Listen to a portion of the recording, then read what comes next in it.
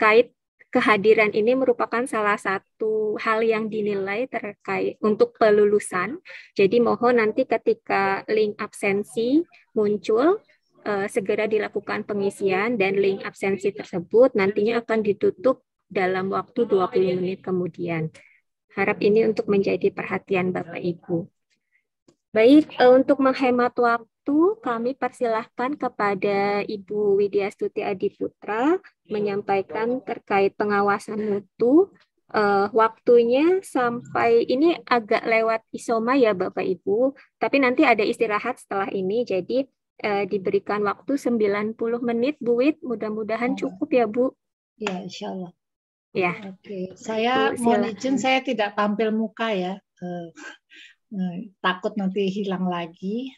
Ya, saya izin untuk share screen. Apakah sudah terlihat di layar? Sudah Ibu. Sudah ya, saya bisa lanjutkan. Oke, selamat pagi ke siang Bapak dan Ibu. Jadi kalau yang belum kenal dengan saya, nama saya Widya Stuti Adiputra. Mohon maaf muka saya tidak tampil karena takut nanti putus lagi. Jadi saya mendapatkan tugas untuk memberikan materi mengenai pengawasan mutu kepada Bapak dan Ibu. Terutama ini adalah personil kunci di industri kosmetik ya, baik itu IKOS A dan IKOS B. Nah, tadi secara garis besar pengawasan mutu juga sudah disebutkan di sistem di manajemen mutu oleh Ibu Sulis. Jadi kalau kita telaah kembali bahwa pengawasan mutu ini adalah bagian dari CPOB dan CPOB sendiri itu adalah bagian daripada manajemen mutu. Jadi pengawasan mutu ini adalah menjamin mutu dengan pengujian yang dilakukan sesuai dengan spesifikasi yang berlaku. Jadi diulang kembali bahwa pengawasan mutu ini adalah bagian penting daripada CPKB. Ya, semuanya sebetulnya 11 atau 12 aspek itu semuanya adalah bagian penting. Namun di sini adalah kenapa? Karena memberikan jaminan konsistensi mutu kosmetik yang dihasilkan. Artinya kosmetik itu kan dibuat sesuai ada tujuannya dan kemudian tentunya harus ada mutu yang harus dipenuhi sesuai dengan spesifikasi yang Bapak dan Ibu sudah buat ya, dan itu harus dilaksanakan, diimplementasikan secara baik ya. Nah, pengawasan mutu ini adalah kegiatannya adalah pemeriksaan dan pengujian. Pemeriksaan dan pengujian tentunya sedikit berbeda ya Bapak dan Ibu. Kalau pengujian itu tentunya adalah pengujian dengan kimiawi, pengujian dengan mikrobiologi. Kalau pemeriksaan itu biasanya untuk hal-hal yang lebih sederhana ya, yang dilakukan sebelum ya. Jadi yang pengawasan itu melakukan pemeriksaan dan pengujian sebelum, selama dan setelah pembuatan kosmetik. Sebelum ini tentunya adalah pada saat Bapak dan Ibu melakukan development. Kemudian selama pembuatan itu adalah pada saat Bapak dan Ibu melakukan proses manufaktur ya, untuk proses manufacturing atau proses pembuatan untuk membuat produk, dan setelah pembuatan ya, setelah pembuatan tentunya Bapak dan Ibu tetap harus bertanggung jawab terhadap mutu produk yang diedarkan di pasar ya, yang dipakai di konsumen, termasuk yang dipakai di konsumen. Ini adalah untuk menjamin produk yang dihasilkan senantiasa memenuhi persyaratan mutu yang ditetapkan. Nah, kemudian selain itu melalui pengujian ini adalah juga menjamin produk dibuat dari bahan yang benar. Bahan yang benar ini masuk dalam formula Bapak dan Ibu, termasuk juga pemakaian air untuk produksi, jangan lupa kalau itu merupakan bagian dari formula. Kemudian bermutu dan jumlah yang sesuai, artinya jumlah sesuai itu adalah jumlah yang ada di dalam formula, serta kondisi pembuatan yang tepat sesuai prosedur tetap. Jadi selama pembuatan tentunya Bapak dan Ibu mengikuti prosedur pengolahan, prosedur produksi induk atau catatan pengolahan pengemasan batch yang harus diikuti, termasuk prosedur-prosedur yang berkaitan dengan pembuatan produk. Nah, kalaulah Bapak dan Ibu tidak mempunyai fasilitas ya, fasilitas tidak tersedia untuk melakukan uji tertentu, jadi ada beberapa kalau misalnya di tempat Bapak dan Ibu tidak bisa melakukan uji tertentu, ya misalnya tidak ada fasilitas, ya tidak ada alat, ya kemudian kompetensinya belum terpenuhi, maka pengujian itu bisa dilakukan oleh laboratorium pihak ketiga yang terakreditasi. Tentunya Bapak dan Ibu dalam hal memilih laboratorium pihak ketiga ini juga harus dipastikan dia mampu atau kompeten untuk melakukan pengujian sesuai yang diharapkan. Ya. Nanti kita bahas sedikit mengenai hal itu. Nah, cakupan tugas pengawasan mutu itu adalah dimulai dari pengambilan contoh, ya, pengambilan sampel. Pengambilan sampel ini adalah merupakan subjek yang nanti harus diperiksa dan diuji. Kemudian sampel tersebut dilakukan pengujian. Pengujian ini adalah merujuk kepada spesifikasi dan metode bahan atau produk. Di dalam spesifikasi tentunya akan tercantum parameter-parameter uji, ya, yang harus dilakukan beserta persyaratannya. Dan juga setiap parameter itu juga harus merujuk kepada metode tertentu. Ya. Kemudian setelah melakukan pengujian, tentunya semua hasilnya haruslah didokumentasikan, sehingga dari hasil pengujian tersebut nantinya akan disimpulkan untuk diberikan status hasil uji. Apakah memenuhi syarat atau tidak memenuhi syarat, sehingga bisa dipakai di dalam produksi, atau bisa diluluskan untuk didistribusikan. Nah, tentunya pada saat Bapak dan Ibu di pengawasan mutu ini melakukan pelulusan produk, ini adalah harus merujuk kepada prosedur pelulusan yang benar, ya, Bapak dan Ibu punyai, yang memastikan pengujian dilakukan dengan benar. Ya. Nah, subjek daripada cakupan tugas pengawasan mutu adalah kalau untuk pengujian rutin, nah itu tentunya ada bahan awal, ya, bahan awal di sini tentunya ada bahan awal, bahan pembantu, ya, kemudian bahan pengemas baik itu primer maupun sekunder, ya. Primer itu adalah bahan yang mendukung kestabilan. Kemudian produk antara produk olahan bila mana memang harus dilakukan pengujian dan merupakan ketentuan internal dari Bapak dan Ibu. Kemudian produk jadi itu sendiri dan air untuk produksi. Tadi saya sudah singgung sedikit. Kemudian juga mendukung pemenuhan implementasi CPKB, yaitu stabilitas produk. Ya, stabilitas produk ini yang diminta adalah stabilitas pasca pemasaran, jadi selama beredar. Kalau stabilitas pre-market itu biasanya sudah ditentukan pada saat Bapak dan Ibu memasukkan data-data untuk mendapatkan nomor notifikasi. Kemudian produk kembalian, ya, produk kembalian dari pasar, ya, produk kembalian ini bisa berupa keluhan, ya, produk yang dikeluhkan dari segi teknis maupun penarikan karena memang cacat mutu ataupun penarikan hal-hal yang lain. Kemudian di produksi itu tentunya kemungkinan ada pengolahan ulang yang dilakukan, ya, dibutuhkan pengolahan ulang. Meskipun kita ketahui bersama bahwa pengolahan ulang ini bukanlah proses rutin, ya. Namun karena pengolahan ulang ini adalah proses yang berisiko, tentunya perlu uji tambahan, ya, dari pengawasan mutu. Nah, Bapak dan Ibu untuk melakukan atau mengimplementasikan pengawasan mutu itu memerlukan cara berlaboratorium pengawasan mutu yang baik, ya, yang Bapak dan Ibu harus punyai, ya, di dalam Bapak dan Ibu melakukan kegiatan pengawasan mutu.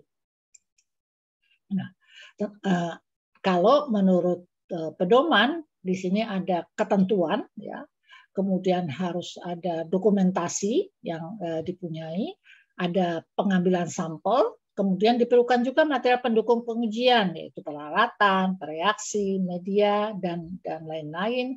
Kemudian juga pengujian, ya. Jadi kegiatan pengujian termasuk juga untuk mendukung non-compliance produk maupun proses.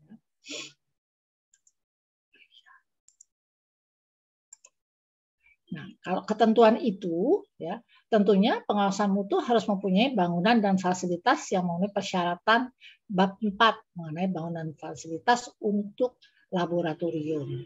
Nah, ini tentunya untuk laboratorium mikrobiologi tentunya ada ketentuan khusus yang harus dipenuhi bahwa dia fasilitas ini harus terpisah dari lab fisika kimia ya, karena menghindarkan risiko kontaminasi silang dari mikroba patogen yang kemungkinan Bapak dan Ibu pakai di dalam kegiatan pengujian.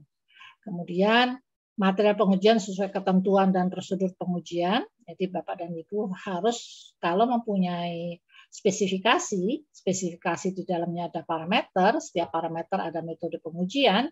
Nah, metode pengujian ini adalah memerlukan reaksi, ya, memerlukan media. Nah, ini tentunya Bapak dan Ibu harus punyai, ya, termasuk juga fasilitas pengujian yang lain. Ya, ini harus punyai. Kalau tidak ada, ya tidak atau belum ada, tentunya atau belum mampu Bapak dan Ibu melakukan pengujian, Bapak dan Ibu bisa melakukan pada pihak ketiga yang tadi saya sudah sampaikan.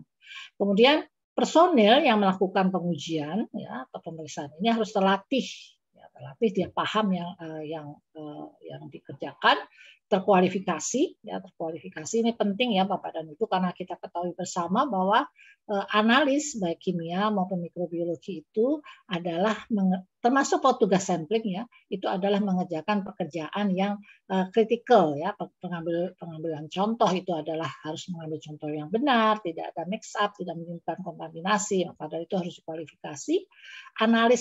Analis mikrobiologi terutamanya adalah dia harus paham bagaimana menyiapkan semua kebutuhan, reaksi, media, ya, kemudian bagaimana harus mengikuti metode yang harus dilakukan, ya. Nah, itu tentunya membutuhkan keterampilan, ya. Keterampilan dalam hal itu terutama untuk pekerjaan mikrobiologi adalah penting. Maka dari itu Bapak dan Ibu untuk memastikan hasil yang Bapak dan Ibu dapatkan ya dari staf Bapak dan Ibu itu benar dan baik ya, hasilnya bukan sesuatu yang misalnya karena dia tidak terampil tidak memberikan hasil yang baik. Maka dari itu Bapak dan Ibu wajib menurut saya hendaklah melakukan kualifikasi terhadap personil tersebut ya. Nah, untuk bangunan dan fasilitas tentunya kalaulah Bapak dan Ibu mempunyai lab pengawasan mutu, tentunya harus disesuaikan dengan jenis kegiatannya ya. Jenis kegiatannya apa? Misalnya pemeriksaan kimia ya. Kimia tentunya butuh area untuk persiapan ya.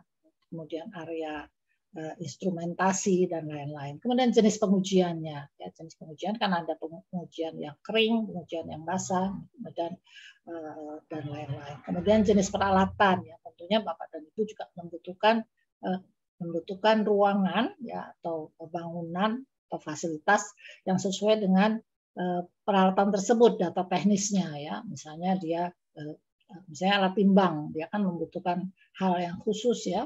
Misalnya mejanya harus rata, ya tidak boleh memberikan dampak terhadap hasil timbangan dan lain-lain. Kemudian jumlah personil ini juga harus dinilai kecukupannya sehingga Bapak dan Ibu bisa mendeliver pekerjaan pengujian ini dengan tepat waktu sesuai dengan timeline yang dibutuhkan oleh perusahaan atau oleh pabrik ya. Kemudian karena pengawasan mutu ini adalah menghandle bahan kimia, ya bahan kimia semuanya adalah bahan kimia berbahaya. Nah untuk itu meskipun ini bukan CPKB, Bapak dan Ibu harus memperhatikan juga keselamatan kerja dan pengelolaan limbah ya, yang dihasilkan selama proses kegiatan. Nah ini hanya sekilas saja ya Bapak dan Ibu bahwa bangunan fasilitas yang dipunyai pertama tentunya harus ada cleaning dan kegiatan pribadi. Ya, ini harus ada ya, ada ruang ganti, ada lemari, kamar mandi, ya, kemudian ruang sampling. Ya, nah ruang sampling itu tentunya Bapak dan Ibu harus perhatikan bahwa sampling itu harus dilakukan di kelas kebersihan. Kalau kita ketahui bersama bahwa di CPKB ini kan tidak ada kelas kebersihan ya, beda dengan yang GMP untuk obat tradisional, SK maupun untuk obat. Nah ini tidak ditentukan. Namun Bapak dan Ibu harus perhatikan juga bahwa ruang sampling itu pada saat Bapak dan Ibu melakukan kegiatan pengambilan contoh, baik itu bahan awal maupun bahan kemas primer ya, itu harus sesuai dengan kelas kebersihan di mana bahan itu dihandle, diproduksi. Kemudian bisa di area gudang gudang bersih ya. Gudang kotornya adalah untuk OT ya. Jadi misalnya untuk kemasan sekunder ini bisa dilakukan di gudang, tapi dengan pencahayaan yang cukup ya, karena di sana Bapak dan Ibu akan melihat teks, akan melihat warna. Ya. Kemudian tentunya sampel ini perlu sarana penyimpanan ya, selama dia menunggu untuk dilakukan pengujian. Nah untuk itu Bapak dan Ibu harus menyediakan area atau sarana penyimpanan sehingga dia selama menunggu itu tidak terdampak mutunya. Nah ini adalah untuk pengujian fisika kimia. Nah untuk area timbang ini contoh saja ya Bapak dan Ibu. Nah ini dilengkapi meja yang masif ya, timbangan diletakkan di area yang tidak mempengaruhi kinerja. Untuk preparasi dan pengujian sampel tentunya harus ada meja kerja ya. Nah itu meja kerjanya juga harus sesuai dengan kebutuhan ya, jangan sampai terlalu sempit ya, terlalu sempit sehingga tidak nyaman untuk pekerjaan dan bisa jadi bisa mix up dengan tetangganya ya. Kemudian juga faktor ergonomis ini termasuk juga yang harus diperhatikan ya, tahan air ya, rata permukaan atau bertepi. Kenapa harus bertepi ya? Supaya nanti jangan ada yang gelinding ya, sesuatu yang bulat itu biasanya bisa menggelinding. Ada rak reaksi dan listrik ya. Kemudian perlu jarak untuk lalu lintas, jadi antar beds itu tentunya perlu jarak kalau memang ada ya, jadi jangan terlalu sempit karena kita tahu bahwa kegiatan di lab itu adalah kegiatan yang berisiko tinggi ya, ada bahan kimia yang dihandle dan lain-lain. Kemudian untuk keperluan pekerjaan yang membutuhkan preparasi B3 itu perlu chemical hood ya. Nah, instrumen ini sama ya, tapi tentunya harus juga dilihat kebutuhan mengenai fasilitas ya, ada suhu, RH ya, bila mana memang diperlukan sesuai data teknis, dan cuci alat gelas ya, karena alat gelas Bapak dan Ibu kan dipakai tidak disposable ya, tapi dipakai berulang. Maka itu juga harus dicuci dengan pencucian yang benar ya, sehingga pada saat dipakai tidak menimbulkan kontaminasi dan menimbulkan hasilnya bias. Nah, mikrobiologi kurang lebih sama ya Bapak dan Ibu, tentunya karena dia terpisah, tentunya secara untuk umum itu sama ya, ada area ganti, ada ketentuan fisika kimia, untuk preparasinya itu ada ruang fasilitas penerimaan sampel ya, ini bagaimana terserah, bisa pakai box ya, bisa juga memakai ruang antara. Bagaimana ruang preparasi medianya. Nah, preparasi media ini kan dari penimbangan sampai dia menjadi media yang siap disterilkan. Kemudian fasilitas sterilisasi dan dekontaminasi, termasuk inkubasi sesuai dengan kebutuhan suhunya ya. Kemudian pengujian karena memakai mikroba, nah tentunya harus dilengkapi dengan fasilitas yang benar, yaitu bisa dengan BST atau ruang dengan UDAF. Nah, Bapak dan Ibu, untuk pengujian mikrobiologi ini, kalau Bapak dan Ibu ingin mendapatkan secara detail ya mengenai fasilitasnya, mengenai apa saja yang harus dilakukan, termasuk penurunan mikrobanya, semua ada di WHO TRS 961 ya. Silakan Bapak dan Ibu baca. Ini saya tidak masukkan aneksnya, tapi judulnya adalah Good Practices for Pharmaceutical Microbiology in Laboratory ya. Bapak dan Ibu silakan attempt sendiri. Nah, untuk personalia kita ketahui bahwa dia untuk industri kosmetik itu tentunya harus mempunyai bagian pengawasan mutu yang independen ya. Dan nanti Bapak dan Ibu akan mendapatkan mengenai personalia ini, independen terhadap produksi, dipimpin oleh bisa siapa saja ya, apoteker, siapa saja, tapi ada keterbatasan juga di sini. Apoteker, sarjana farmasi, sarjana kimia, atau tenaga lain yang terlatih dan berpengalaman. Nah, karena di CPKB ini tidak dijelaskan atau tidak ada yang tidak disebutkan ya mengenai pemastian mutu ya. Jadi untuk pemastian mutu biasanya untuk kelulusannya adalah dipegang oleh, biasanya ya best practice-nya dipegang oleh pengawasan mutu. Sekalian yang bersangkutan adalah Bapak dan Ibu, yaitu personel kunci atau PJT ya. Nah, tersedia organisasi yang sah, yang independen terhadap bagian lain harus terlihat di sana, memiliki personil yang cukup sesuai beban kerja kita sudah bahas, kemudian ada deskripsi tugas yang jelas dan sah, ya tentunya harus sehat jasmani, rohani, pendidikan ini adalah sesuai dengan ketentuan, ya, sesuai dengan fungsinya.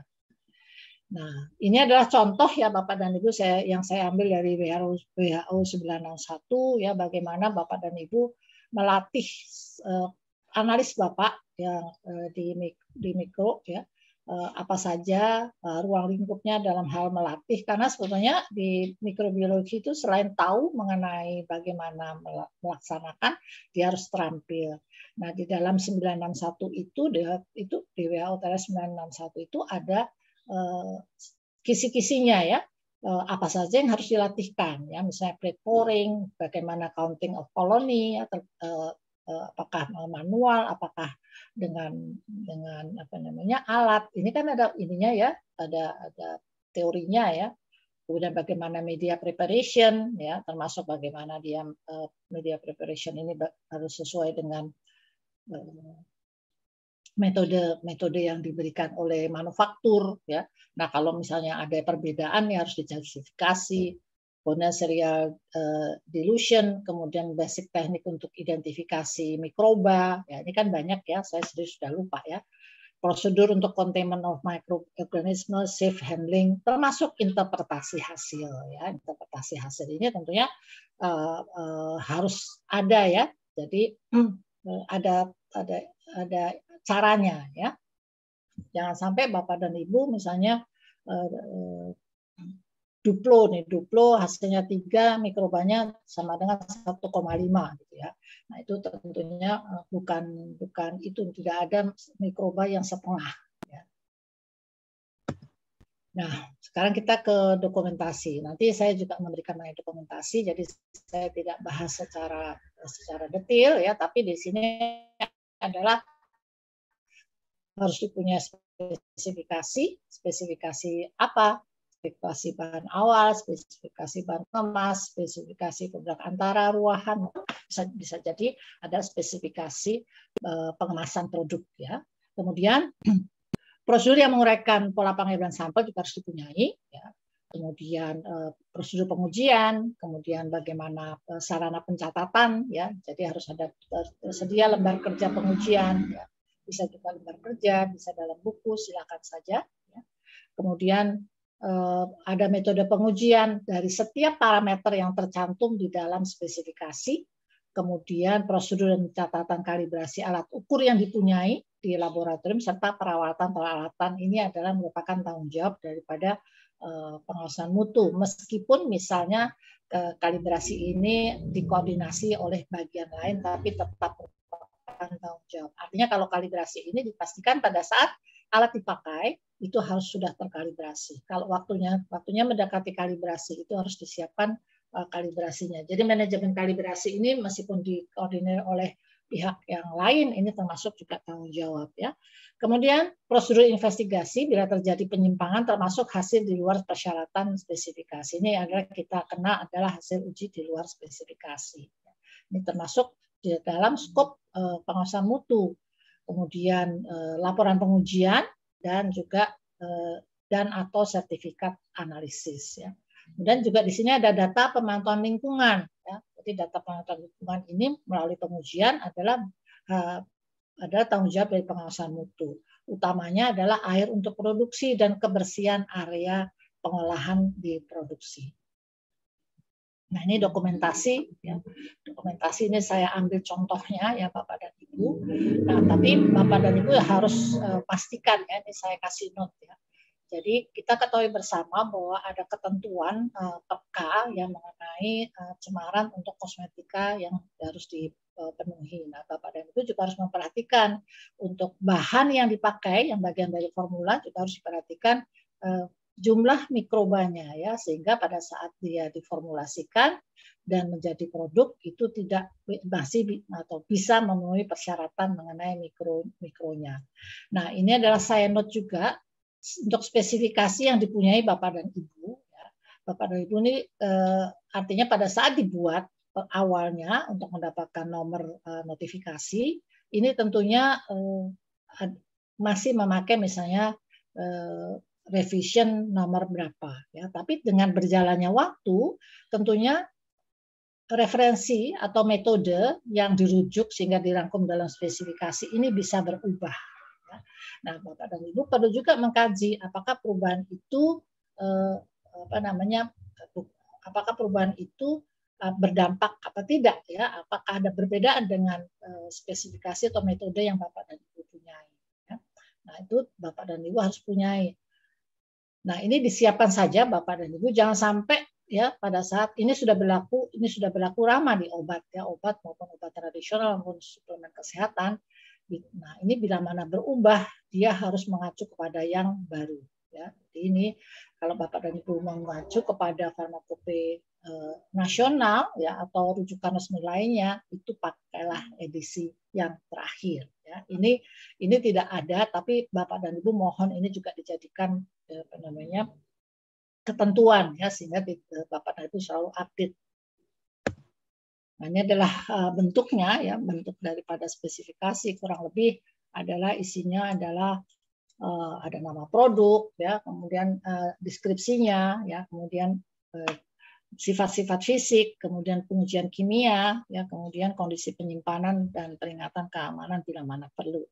Nah, spesifikasi ini adalah mencantumkan parameter ya, kemudian kriteria keterterimaannya, misalnya pemberian warnanya putih ya, baunya adalah karakteristik apa gitu ya.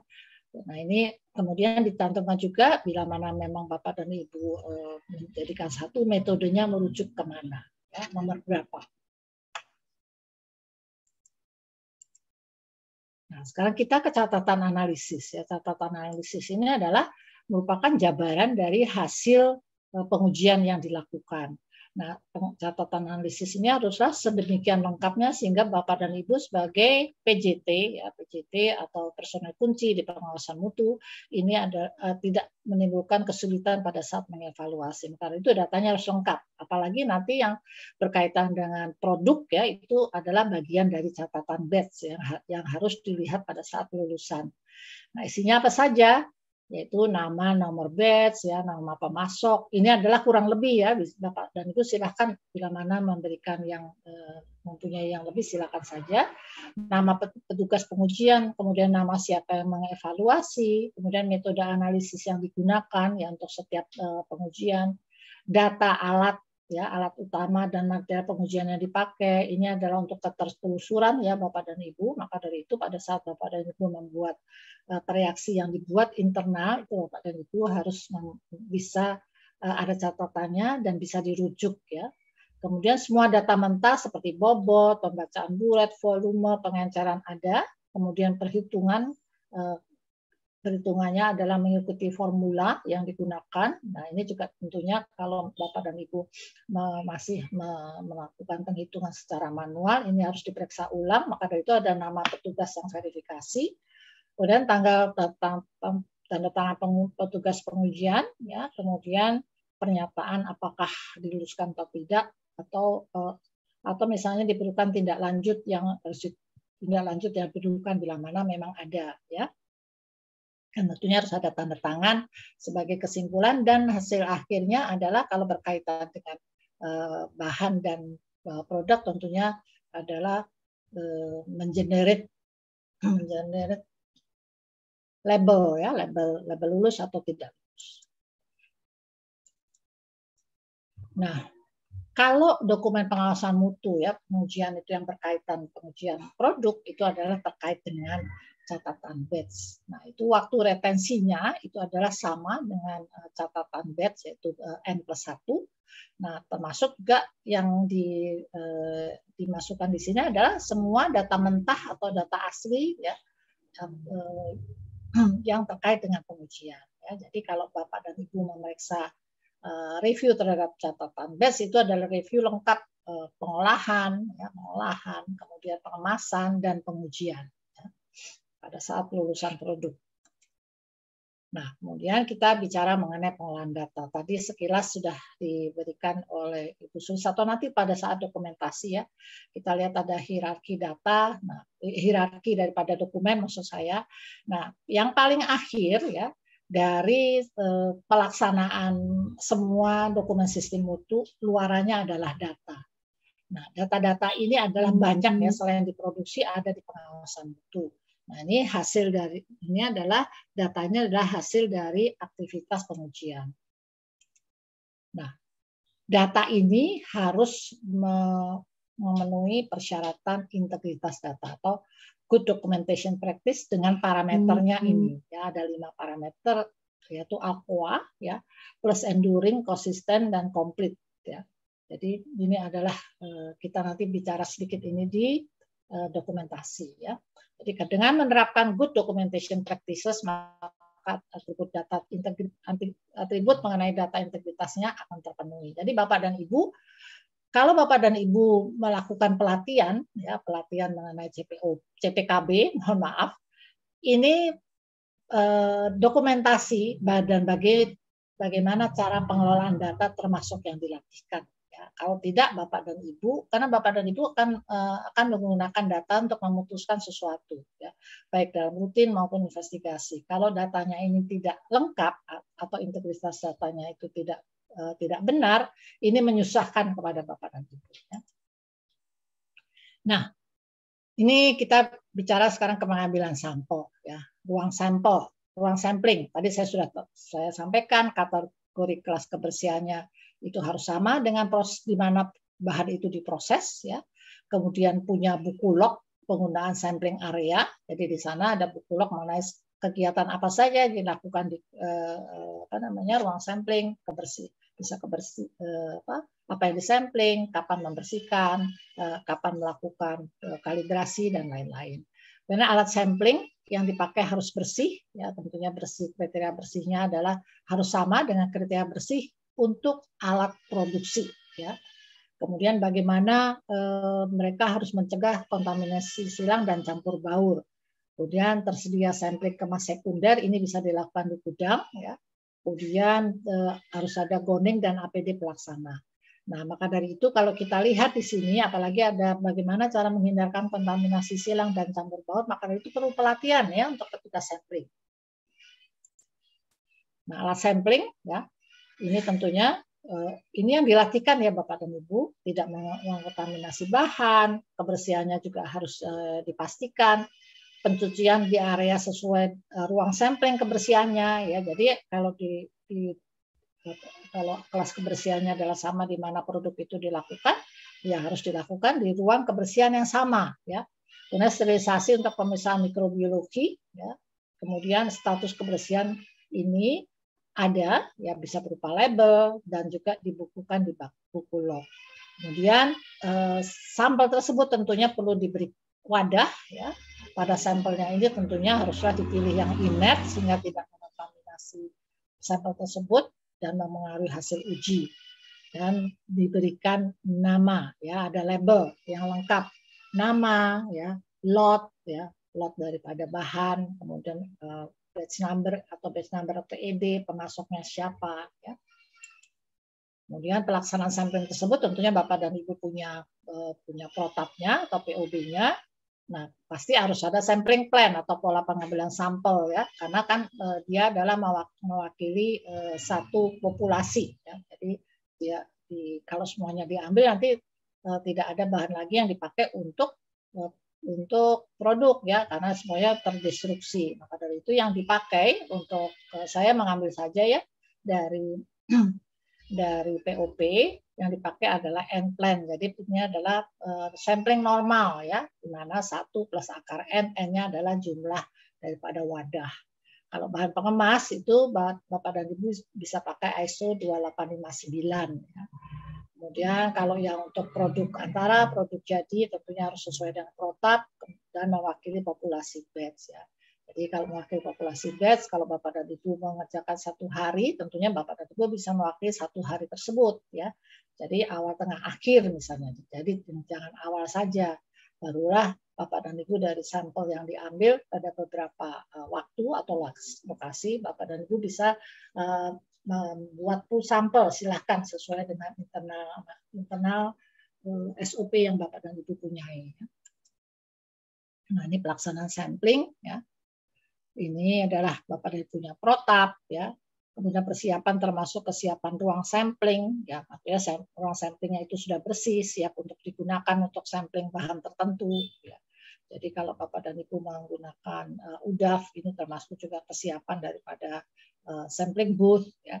Kemudian alat wadah label sampel, form sampling ini juga harus dipunyai karena form sampling ini nantinya akan merupakan bagian dari dokumen pengujian. Ya.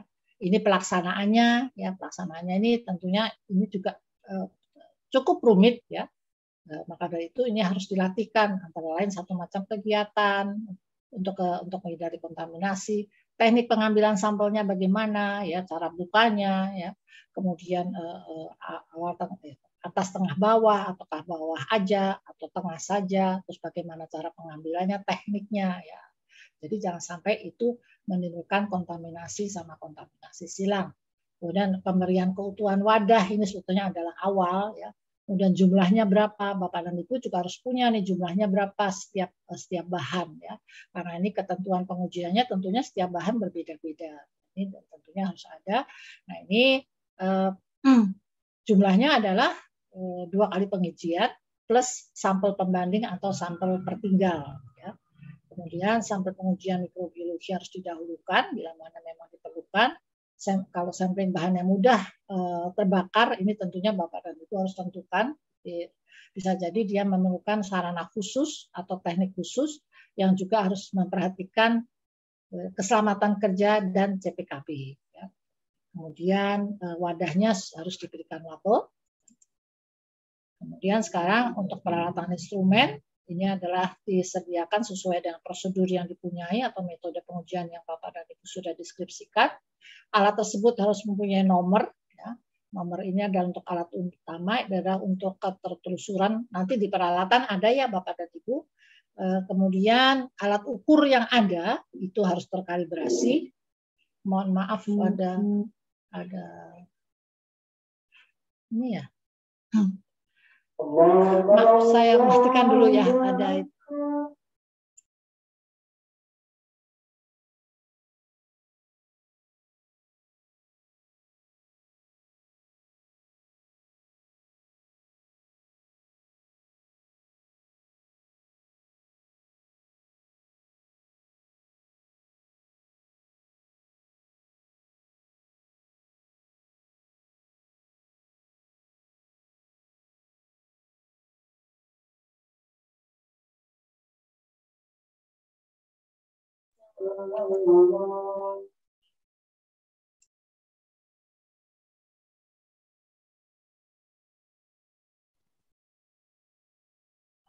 Ya, Bapak Ibu mohon ditunggu sejenak karena ada suara azan di dekat Ibu.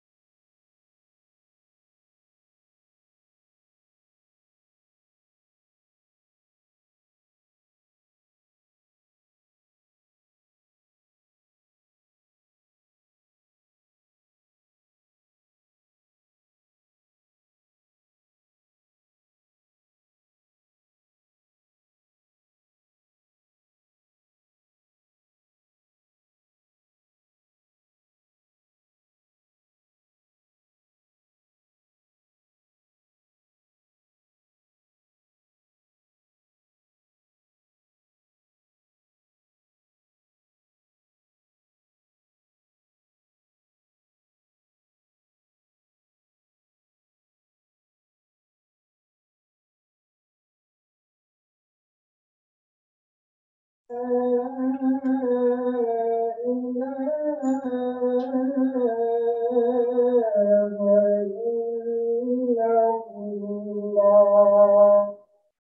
kasih sudah menunggu. Saya teruskan. Alat ukur yang dipakai di laboratorium baik dia yang tertempel merupakan bagian dari peralatan itu sendiri maupun yang independen itu haruslah terkalibrasi ya. Jadi bagaimana pengelolaan antara lain ya adalah ada labelnya ya. Kemudian tentunya Bapak dan Ibu perlu melakukan verifikasi kinerja alat ukur untuk beberapa instrumen atau peralatan yang harus dilakukan sebelum dipakai. Dan ini harus didokumentasikan di logbook.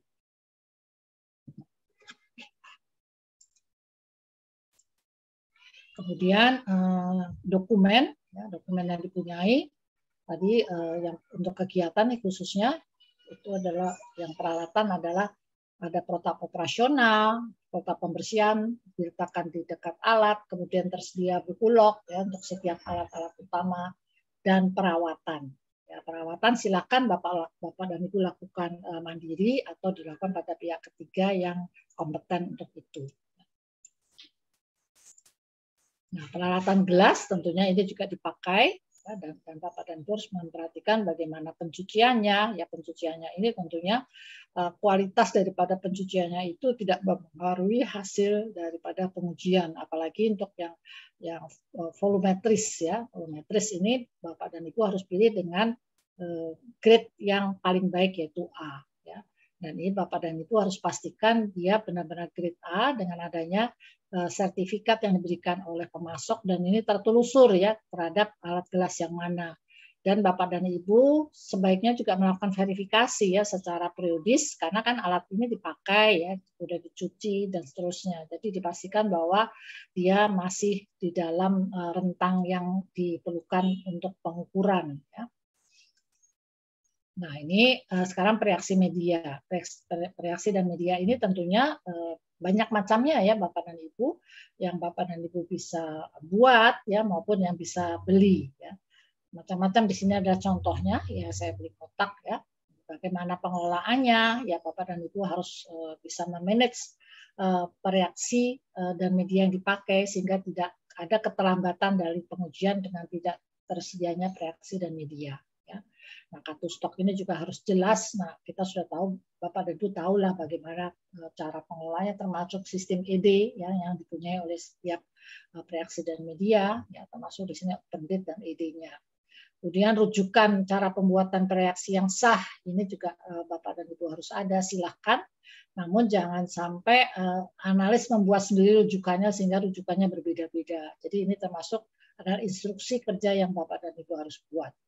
Kemudian buku log reaksi, ya. Buku log reaksi ini adalah isinya adalah nama reaksi, penimbangannya berapa, pembuatan dan seterusnya. Dan ini biasanya karena ada nomor lot ya untuk setiap reaksi yang dibuat, ini adalah bisa dicantumkan di dalam catatan uji tadi sehingga tertelusur. Ya. Kemudian label reaksi, ini antara lain ada daluarsanya, ya daluarsanya tentu Bapak dan Ibu menentukan berdasarkan hasil kajian yang Bapak dan Ibu lakukan. Ya. Kemudian data reaksi, ya. Kemudian penyimpanannya bagaimana ya penyimpanan. Ini kan tentunya harus memperhatikan juga keselamatan atau data-data yang diberikan oleh manufaktur ya dari MSDS-nya. Nah media, ya media ini dipakai pada saat Bapak dan Ibu lakukan pengujian mikrobiologi. Di sana ada pembuatan medianya, ya pembuatan medianya ini bisa merujuk kepada instruksi kerja yang sah, yang bisa merujuk kepada kodeks kosmetik Indonesia maupun yang dibuat oleh si pemasok. Ya. Nah ini sama dengan tadi yang kimia harus ada catatan pembuatannya, ya kemudian di dalamnya termasuk juga pemeriksaan pH media, ini bagaimana cara pemeriksaannya ya sehingga tidak mengaruhi sterilitas ya. Kemudian kita juga sampaikan, kita ketahui bahwa data media ini adalah bagian dari catatan pengujian.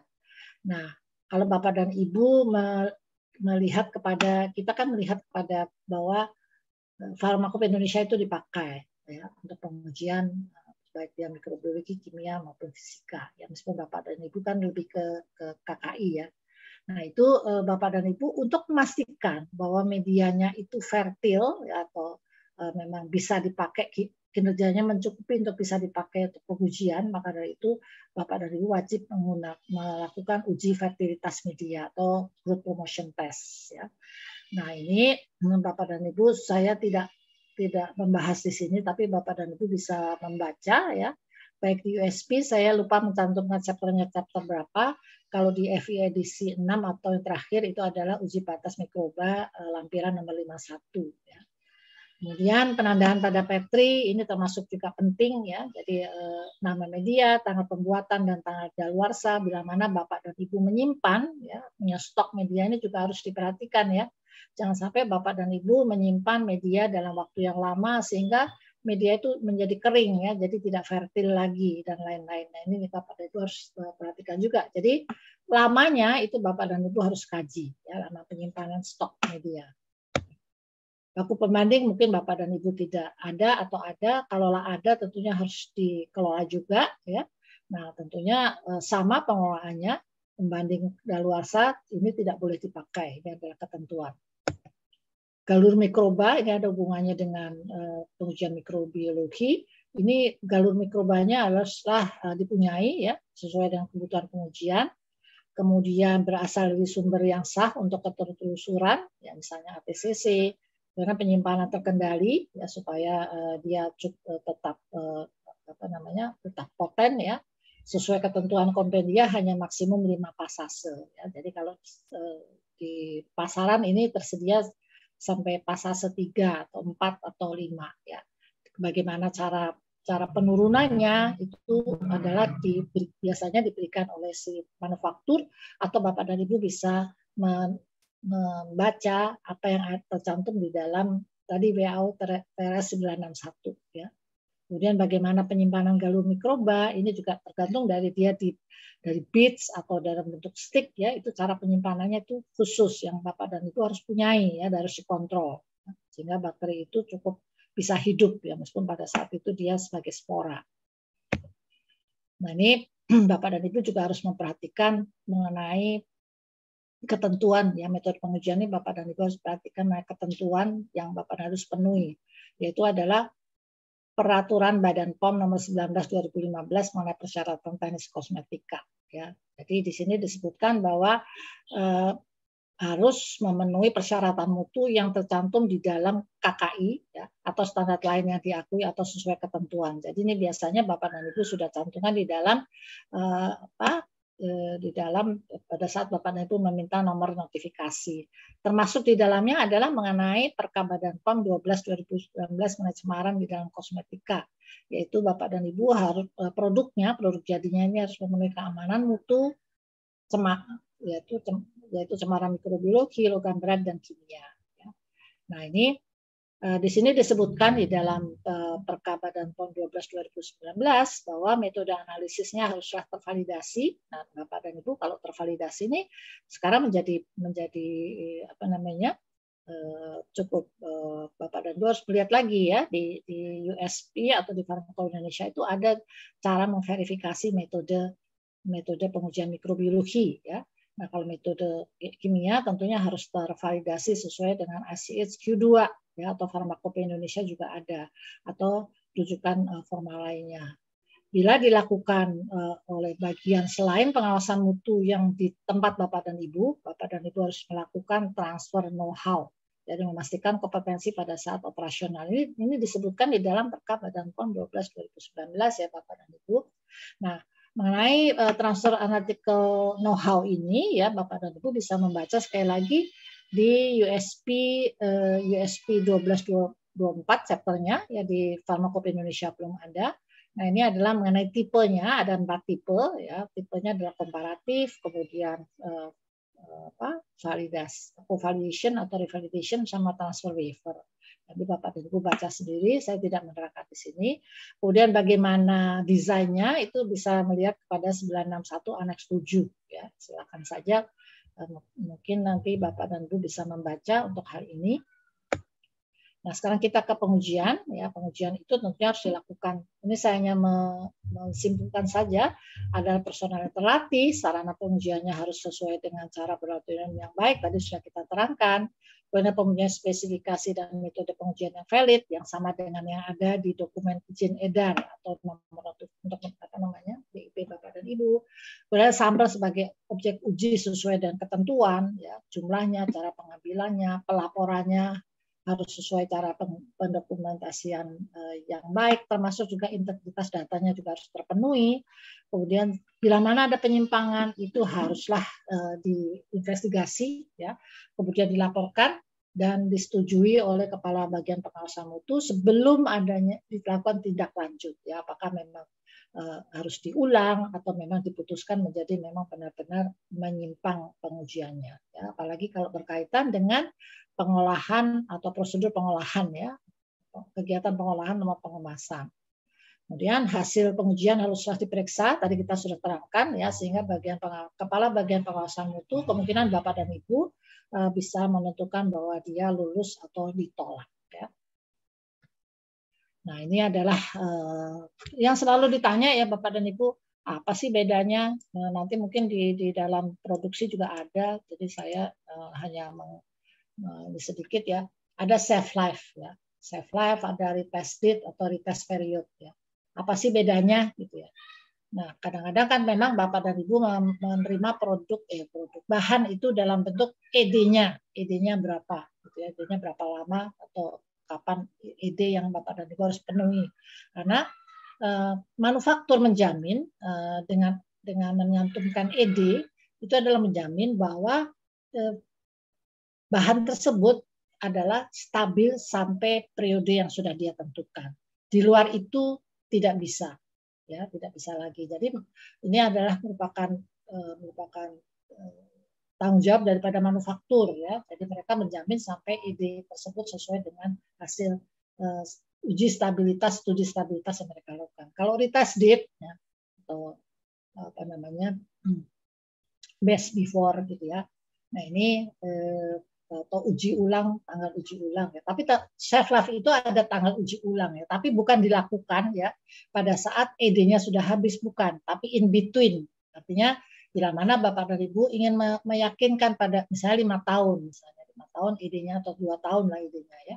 Nah, Bapak dan Ibu ingin meyakinkan nih pada saat dipakai atau periodenya 6 bulan sekali Bapak dan Ibu pakai tes itu untuk hal-hal atau apa namanya kritikal atribut mutu kritis yang Bapak dan Ibu pastikan bahwa itu memenuhi syarat. Nah, itu bisa dilakukan, ya.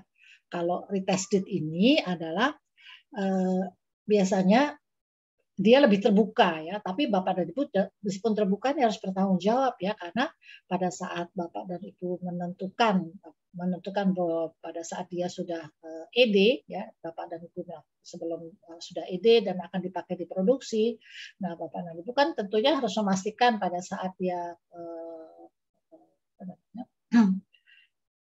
pada tanggal itu dia masih memenuhi syarat. Nah, itu harus diuji, ya, diuji sesuai dengan spesifikasi lengkap, dan Bapak dan Ibu juga harus menguji sesuai dengan mana yang memberikan apa namanya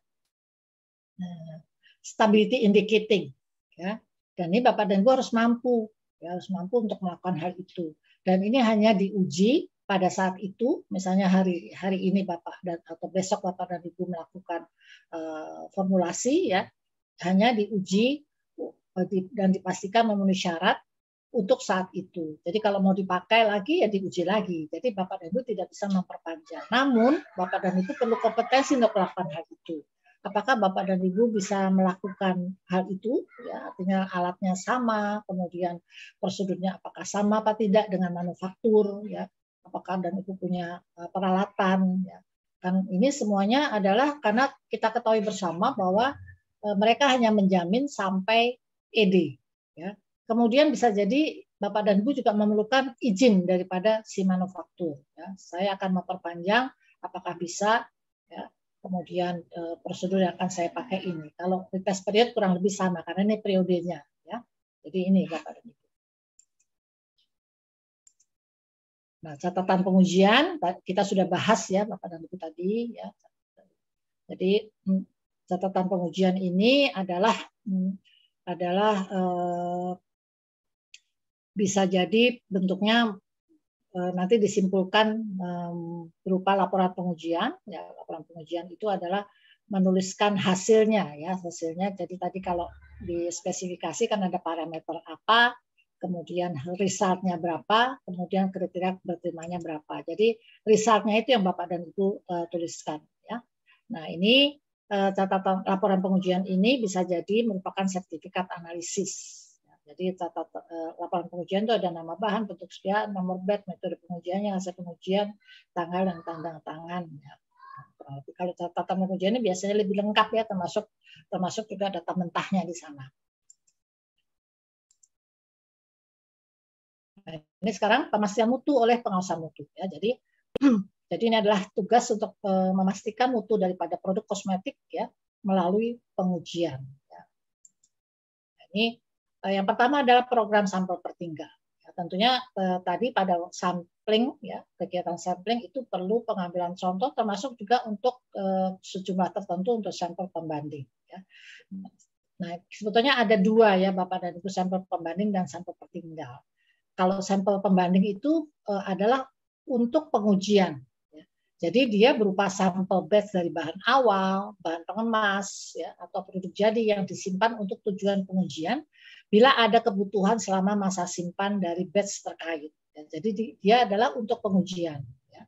Kalau sampel pertinggal, ya adalah sampel batch produk jadi, ya, dalam kemasan lengkap disimpan untuk tujuan identifikasi, misalnya tampilannya, kemasannya, ya, kemasan yang dipakai, label, brosur, nomor batch, tanggal daluarsa dan lain-lain bila dibutuhkan selama masa edar batch terkait. Ya. Ini adalah untuk verifikasi, ya, jadi bukan untuk pengujian. Namun pada prakteknya sampel pembanding dan sampel pertinggal ini adalah identis. Ya, jadi Bapak dan Ibu kalau menyimpan untuk kebutuhan dua-duanya silakan. Namun sebetulnya Bapak dan Ibu juga harus memperkirakan juga. Jadi apakah sampel pembanding ini atau sampel pertinggal ini akan cukup, akan masih ada sisanya bila dipakai sebagai sampel pembanding. Jadi ini termasuk yang Bapak dan Ibu harus kaji sendiri ya kebutuhannya. Nah ini berapa jumlahnya? Ya, diambil 2 kali pengujian, disimpannya sampai 1 tahun setelah tanggal daluarsa. Nah, ini dalam kemasan akhir pada kondisi penyimpanan. Ini adalah sampel pertinggal ya.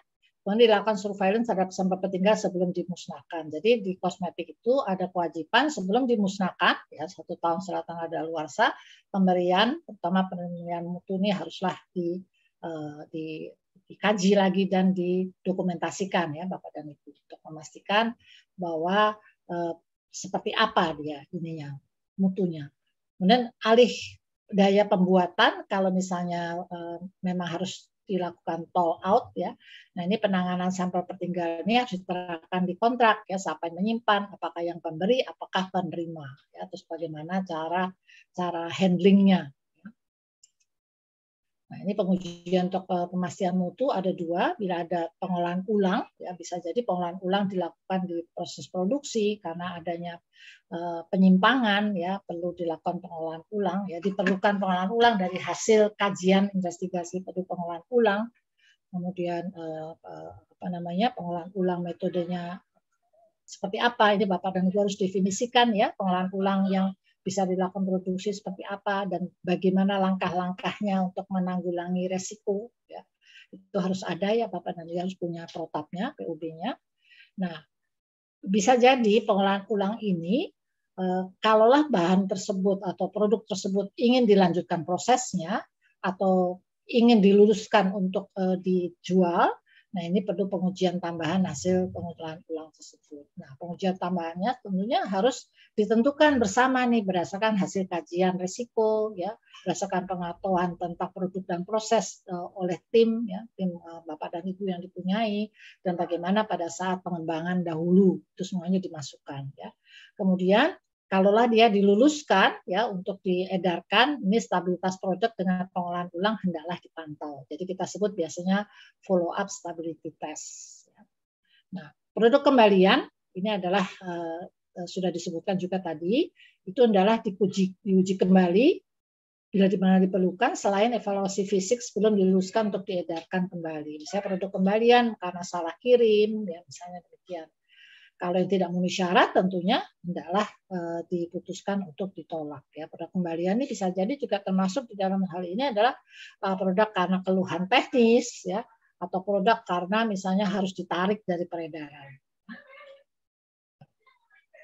Nah, stabilitas produk, ya, stabilitas produk ini kita ketahui ada dua, ya, pre-market sama post-market, ya.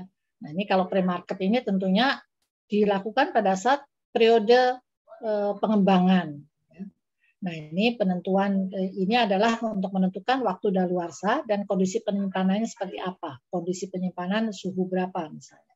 Termasuk juga period after opening yang bila mana Bapak dan Ibu punyai, itu silahkan, dan ini sebetulnya belum merupakan persyaratan ya setahu saya di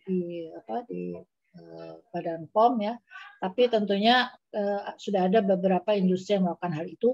Nah, ini bila diperlukan atau dipersyaratkan. Nah, ini untuk post market. Nah, post market ini adalah tugas daripada pengawasan mutu. Jadi untuk memantau untuk produk yang beredar di pasar. Artinya memastikan produk yang di pasar itu masih memenuhi persyaratan mutunya, ya, sesuai yang ada di ketentuan, bila mana memang dia disimpan dalam kondisi yang memenuhi persyaratan. Maka dari itu Bapak dan Ibu juga termasuk melakukan edukasi ini terhadap konsumen, terhadap konsumen atau konsumer, bahwa bagaimana cara penyimpanannya. Nah, apa yang dilakukan selain follow up stabilitas, ya, atau ongoing process stability atau stability pasca pemasaran, ya, itu adalah termasuk yang harus dilakukan. Selain itu ada follow up stability test tadi, ya. Jadi produk yang berisiko karena ada pengolahan ulang, ya, ada karena menyimpang proses, karena ada perubahan tadi seperti diterangkan oleh Bu Sulis. Perubahan artinya perubahan berkaitan dengan produk dan proses, ya.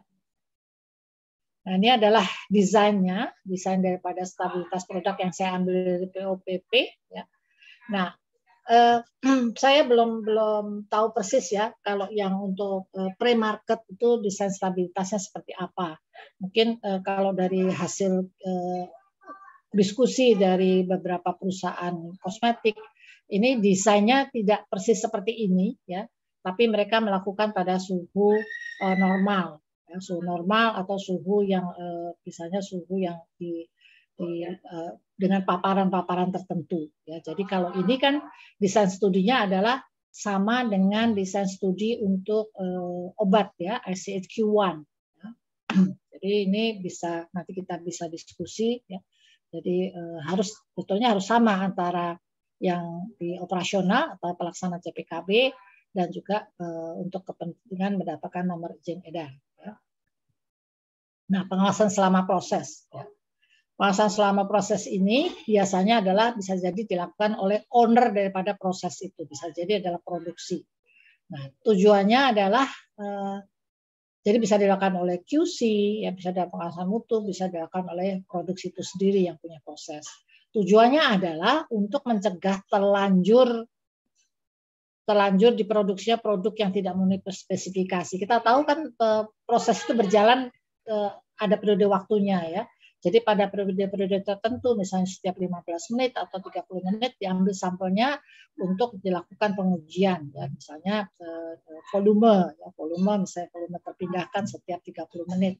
Nah, itu dipastikan supaya setting awalnya itu adalah memenuhi volume tertentu berdasarkan target maupun limit, ya, batas atas dan batas bawah, atau juga ada batas bertindak, ya. Nah, ini tentunya harus ada contoh yang diambil dan diperiksa dengan metode tertentu. Nah, ini tentunya pengawasan ini metodenya tentunya haruslah disahkan oleh, kalau memang memakai metode pengujian, ya, biasanya adalah memakai metode pengujian harus disahkan oleh PJT atau pengawasan mutu. Nah, ini selama pengolahan ini adalah selama pengemasan adalah bahwa haruslah ada juga, ya. Jadi harus dipastikan bahwa produk yang sudah memenuhi persyaratan yang diperlukan untuk dikemas ini biasanya adalah pada saat starting, ya, setting daripada starting permission atau pada saat setup awal daripada pengemasan ya. Jadi harus dipastikan produk ruangannya sudah memenuhi persyaratan, sudah lulus ya dari pemeriksaan pengawasan mutu kalau memang bila mana diperlukan, atau memang dia adalah balek yang benar yang akan dikemas ya. Jadi pemeriksaan dan pengujian selama pengemasan dilakukan secara periodis dan diambil contohnya produk minimal pada awal, tengah, akhir pengemasan ya pada hari itu ya. Jadi yang diperiksa adalah kemasan yang dipakai ya, kemudian bisa dilihat pemberiannya ya, batch note-nya dan lain-lain, dan kelengkapan penandaan dan lain-lain. Nah, produk akhir yang sudah dikemas haruslah dikarantina sampai diluluskan oleh bagian pengawasan mutu. Siapa yang mengkarantina? Yang punya produk, yaitu produksi. Nah, pengkajian catatan batch ini adalah bagian daripada kelulusan kosmetik ya. Jadi ini haruslah dilakukan ya sebelum melakukan pelulusan oleh PJT ya, oleh personel kunci atau yang melakukan pelulusan ya. Jadi yang dikaji apa di sini adalah catatan batch, jadi dokumentasi dari produksi kita tahu ada pengolahan dan pengemasan dan catatan pengujian ya. Nah, ini tentunya sebelum pengkajian catatan batch akhirnya dievaluasi oleh bagian pengawasan mutu, kelengkapannya itu juga harus dikaji dulu ya, dievaluasi dulu oleh yang punya proses. Misalnya sebelum menyerahkan dokumen tersebut diserahkan kepada pengawasan mutu atau bagian yang meluluskan nantinya, itu harus dipastikan semua benar dan lengkap ya oleh produksi maupun pengawasan mutu. Barulah dikompil ya oleh yang melakukan pengkajian catatan batch, dan itu menentukan apa pembuatan batch itu memenuhi persyaratan apa tidak ya, begitu. Nah, tiap batch yang ada penyimpangan atau gagal dalam memenuhi spesifikasi adalah diselidiki. Kita tahu ya, biasanya ada penyimpangan proses ya. Kemudian laporannya bila mana dia termasuk yang memang layak untuk diluluskan, laporan tertulisnya itu harus sudah selesai dan ada tertelusur ya nomornya berapa ya. Evaluasi pemasok tadi sudah ada sedikit disinggung oleh Ibu Sulis ya. Jadi pengawasan mutu di sini berperan untuk memastikan dalam hal evaluasi pemasok dalam hal mutu ya. Maka dari itu tugasnya adalah menyiapkan spesifikasi mutu, melakukan pengujian terhadap mutu sampel, evaluasi mutu produk ya, mutu bahan ya, bahan dan produk, kemudian melakukan rekomendasi berdasarkan evaluasi kinerjanya, dan evaluasi kinerjanya harus dilakukan secara berkala. Tadi sudah disebutkan oleh Ibu Sulis ya tentang bahwa tidaklah di dalam manajemen mutu tidaklah harus mengambil sampel atau pengujian untuk setiap incoming, tapi Bapak dan Ibu harus memastikan dulu bahwa pemasoknya ini kinerjanya adalah baik ya. Namun Bapak dan Ibu secara berkala harus memastikan juga pengujian secara lengkap ya. Jadi kita sebut adalah test reduction ya. Jadi Bapak dan Ibu silakan mereduksi, tapi harus ada kajiannya dulu ya, apakah mereduksi setiap 5 ya. Kemudian setelah batch kelima atau lot kelima yang diterima, itu Bapak dan Ibu harus melakukan pengajian secara lengkap, ujian secara lengkap. Nah, terakhir adalah pengawasan dan pemantauan lingkungan. Nah, ini kita ketahui bersama bahwa ada persyaratan mengenai menghindarkan kontaminasi silang di dalam pada saat proses produksi ya, juga terhadap air yang merupakan bagian daripada formula. Nah, untuk itu memang haruslah dipantau secara periodis ya, mutunya secara kimia, fisika maupun mikrobiologi. Nah, pemantauan berkala ini terhadap lingkungan produksi juga diminta nih Bapak dan Ibu ya, ada di PUP CPKB ya. Nah, ini pemantauannya adalah dilakukan antara lain terhadap suhu kelembapan ya, ini biasanya dilakukan oleh yang punya ruangan, partikel debu mikroba. Partikel debu tentunya Bapak dan Ibu tidak punya persyaratan ya seperti yang dipunyai oleh CPOB maupun CPOTB. Mikroba pun juga tidak punya, tapi Bapak dan Ibu ini karena ada di POP CPKB, tentunya Bapak dan Ibu harus menentukan kriteria ketertibannya berapa ya, berdasarkan hasil kajian yang Bapak dan Ibu punyai, juga terhadap bentuk produknya, juga terhadap lingkungan, bukan lingkungan ya, terhadap produk maupun prosesnya ya. Nah, ini Bapak dan Ibu harus punya metodenya, ya, kemudian harus punya kriteria keterterimaan, punya kriteria keterterimaannya ditentukan berdasarkan hasil kajian. Nah, kalau getaran dan tingkat kebisingan ini sebetulnya bukan CPKB, tapi adalah untuk kesehatan kerja, ya. Tapi ini adalah kalaulah memang ini disantumkan di CPKB, layak Bapak dan Ibu lakukan, ya. Jadi getarannya itu adalah bisa memengaruhi kinerja daripada personil, tingkat kebisingan pun juga demikian. Ini adalah untuk kesehatan kerja yang Bapak dan Ibu harus ada di dalam BOP CPKB. Kemudian bagaimana penerapan sanitasi, ini juga termasuk pengawasan atau bagian dari pengawasan mutu, memastikan bahwa sanitasi dilakukan dengan benar di lingkungan pabrik, ya. Kemudian termasuk juga hygiene personel. Di program hygiene ini Bapak dan Ibu di bagian pengawasan mutu juga harus memastikan, ya, selain juga yang menerapkan mengenai hygiene personel secara independen maupun setiap departemen atau seksi. Tapi pengawasan mutu adalah juga memastikan bahwa hygiene personal dilakukan dengan benar sesuai dengan program yang sudah dibuat, ya. Jadi ini sebetulnya adalah kerjasama dengan bagian yang terkait adalah sangat diperlukan, ya. Demikian Bapak dan Ibu, ini adalah slide terakhir. Mohon maaf melebihi dari saya